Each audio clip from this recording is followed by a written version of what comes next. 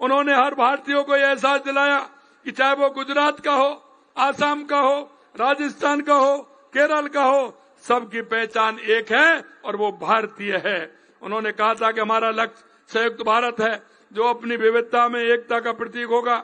ये विचार आज भी उनके प्रासंगिक है।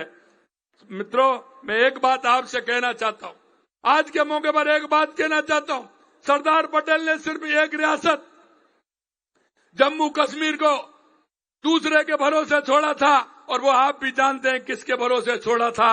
लेकिन वहां भी आपने देखा कि वो एक रियासत ऐसी जो धारा 370 लगाने का काम किया, लेकिन देश के यशस्वी प्रधानमंत्री नरेंद्र मोदी जी ने सरदार वल्लभ भाई पटेल जी का सपना पूरा किया और आज जम्मू कश्मीर में धारा 370 हटा करके देश के यशस्वी प्रधानमंत्री नरेंद्र मोदी जी ने उसको देश में पूर्ण रूप से अभिन्न अंग बनाने का काम किया।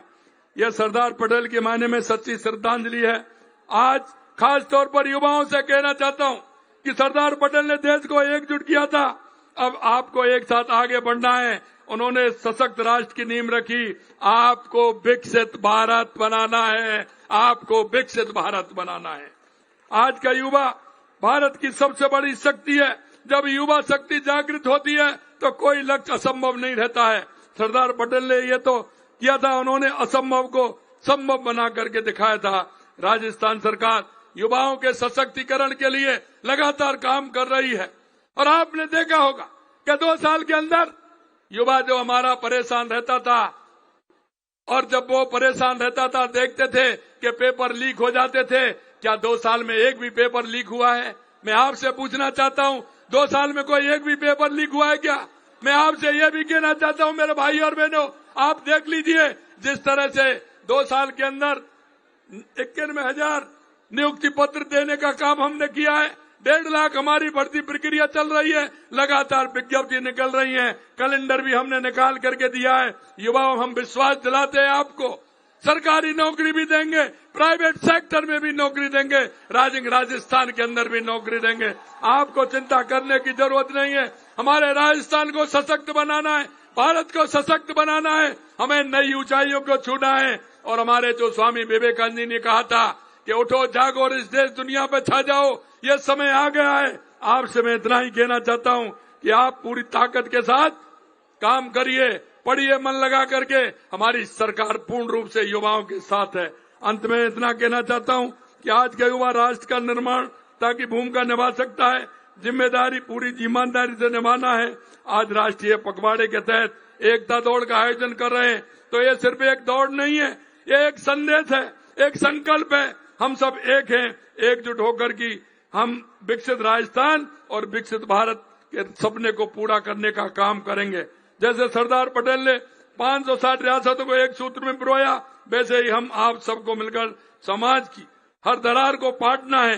जाति, धर्म, भाषा, प्रांत, ये सब हमारे देश की विविधता की कमजोरी है। इसी विविधता को ध्यान में रखते हुए साथियों, आज सबसे आग्रह करना चाहता हूं, क्योंकि संकल्प हमें लेना है। पहला संकल्प लेना है, किसी भी परिस्थिति में राष्ट्रीय और राष्ट्रीय एकता हमारे लिए सर्वोपरि होगी। दूसरा संकल्प हमारा होगा, हम सब मिलकर एक अखंड सशक्त भारत का निर्माण करेंगे। तीसरा संकल्प होगा, हम सब मिलकर के आत्मनिर्भर भारत का निर्माण करेंगे। एक ऐसे भारत का निर्माण जो अपनी सभी जरूरतों के लिए किसी भी पर निर्भर ना हो। और मैं ये भी कहना चाहता हूं, युवाओं साथियों से कहना चाहता हूं, यह देश ही नहीं दुनिया भारत की तरफ देख रही है। दुनिया भारत के युवाओं की तरफ देख रही है, पूरा विश्व आपकी तरफ देख रहा है। और मैं आपसे कहना चाहता हूं, जो हमारे पूर्वजों ने सपने देखे थे कि भारत दुनिया का अग्रणी देश बनेगा, दुनिया का पहला देश बनेगा, यह भी मैं आपसे कहना चाहता हूं। आज की इस दौड़ में शामिल होकर आपने सरदार पटेल के विचारों को जीवंत किया है। इस दौड़ में शारीरिक नहीं बल्कि मानसिक भी एकता की और विकास की और सशक्त भारत की ओर ये हमारी दौड़ है। मैं राष्ट्रीय एकता अखंडता में भाग लेने के लिए आप सभी का हृदय से धन्यवाद देता हूं। आइए हम सब मिलकर सरदार पटेल के सपनों को, भारत को साकार करें और हम देश के यशस्वी प्रधानमंत्री नरेंद्र मोदी जी के नेतृत्व में हम भारत को दुनिया में 1 नंबर का बनाने का काम हम करेंगे। इसी आशा और विश्वास के साथ पुनः आप सभी को सरदार पटेल की जयंती की बहुत बहुत शुभकामनाएं।